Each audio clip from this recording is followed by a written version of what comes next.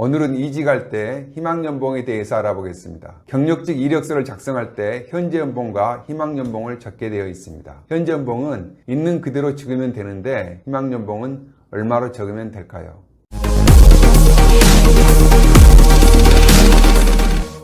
일반적으로 아래와 같이 적는 경우가 많습니다. 첫째, 회사 내기 혹은 협의.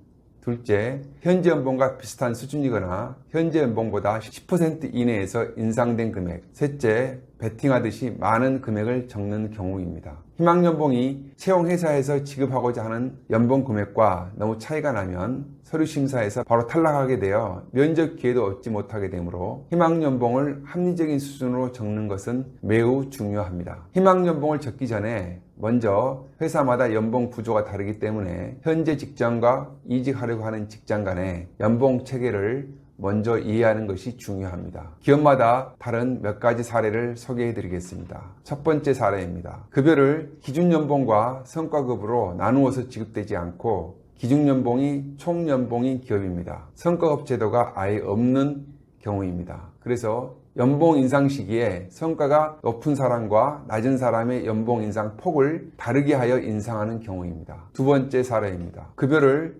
기준연봉과 성과급으로 나누어서 지급하는 기업입니다. 잘 아시는 것처럼 기준연봉은 고정급이고 성과급은 변동급여입니다. 총연봉은 고정급여인 기준연봉과 변동급인 성과급은 합한 금액입니다. 문제는 이 성과급의 규모와 지속성의 여부입니다. 회사의 경영 성과에 따라 성과급 지급 규모에 변동이 큰 기업이 있습니다. 어느 해는 성과급이 많이 나오기도 하고 어느 해는 성과급이 조금 나오기도 하거나 어느 해는 성과급이 나왔다가 어느 해는 성과급이 아예 나오지 않는 기업도 있습니다. 세 번째 사례는 두 번째 사례와 마찬가지로 기준연봉과 성과급으로 나누어서 지급하는데 이 기업은 시장에서 독점적 지위에 있거나 회사의 정책에 의하여 연봉 구조가 기준연봉과 성과급으로 나누어 있을 뿐 성과급은 고정급처럼 큰 변동 없이 일정 수준으로 꾸준히 나오는 기업입니다. 이력서에 희망연봉을 가장 합리적인 금액으로 적기 위해서는 내가 현재 재직 중인 회사에서 받고 있는 연봉 구조와 경영 성과에 따른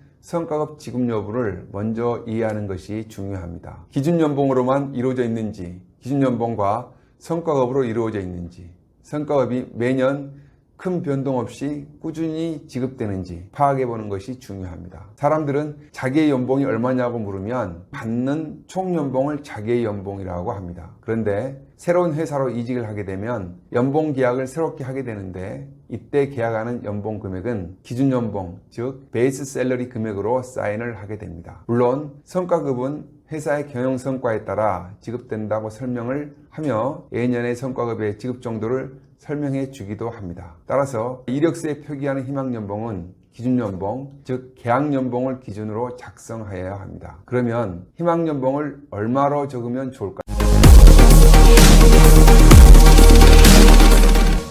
어떤 지원자는 희망연봉은 높게 적어야 최종 면접에서 합격한 후에 유리한 지위에서 연봉 협상을 할 수 있을 것으로 생각하는 경우가 있습니다. 대부분의 회사가 연봉제이기 때문에 사람마다 연봉을 다르게 책정하지만 경력 기간에 따라 대략적인 연봉 테이블이 있습니다. 그리고 경력직 입사자에 대한 연봉 지급 정책도 있습니다. 채용하고자 하는 회사에서는 지급하고자 하는 연봉의 범위가 어느 정도 정해져 있는데 무리하게 많은 연봉을 요구하면 이력서 심사 단계에서 탈락할 수도 있고 무사히 최종 단계까지 합격했다고 하더라도 마지막 연봉 협상에서 합의에 이르지 못하고 채용기업은 채용을 포기할 수도 있습니다. 희망연봉은 희망한 대로 모두 주는 것이 아닙니다. 이것은 희망연봉을 잘못 이해하는 것입니다. 희망연봉은 나중에 연봉 협상을 위해서 미리 높게 적어 놓는 것이 아니라 본인이 실제 희망하는 금액을 적는 것이 중요합니다. 희망연봉을 잘못 이해하여 충분한 역량을 갖추고도 면접 기회도 갖지 못하고 탈락하는 우를 범하는 일이 없어야 할 것입니다. 이력서에 적혀있는 희망연봉은 채용기업에서 채용이 가능한 지원자인지 판단하는 근거가 되기도 하고 지원자의 의사를 엿볼 수 있는 부분이어서 경우에 따라서는 서류심사의 한 부분으로 작용할 수 있기 때문에 세심해서 적는 것이 중요합니다. 희망연봉을 적는데 다음 내용도 함께 참고하면 좋을 것 같습니다. 기준연봉 외에 현금성으로 지급되는 복리후생 부분도 참조하시면 도움이 될 것 같습니다. 예를 들면 어디에서나 현금처럼 사용할 수 있는 복지카드, 통신비 지원, 차량 유지비 지원, 의료비 현금 지원, 주택자금 관련 지원 등과 함께 파악해보는 것이 중요합니다. 입사 전에 연봉을 조금이라도 많이 받고 싶은 것이 인지상정이지만 채용 기업의 인사 담당자로부터 연봉 등 처우에 대한 설명을 듣고 서로에게 합리적인 선에서 합의하는 것이 중요합니다. 앞서 말씀드린 것처럼 채용 기업에서는 어느 정도 지급이 가능한 연봉의 범위가 정해져 있습니다. 정말 입사를 희망하는 기업이라면 서로가 이해할 수 있는 수준에서 합의하시기를 권유해 드립니다. 대부분의 경우는 10% 이내에서 연봉이 인상되는 점을 감안하시는 것도 좋은 참고가 될 것 같습니다. 면접과 관련하여 궁금하신 사항이 있으시면 아래 댓글로 남겨주시면 성실껏 답변해 드리겠습니다. 감사합니다.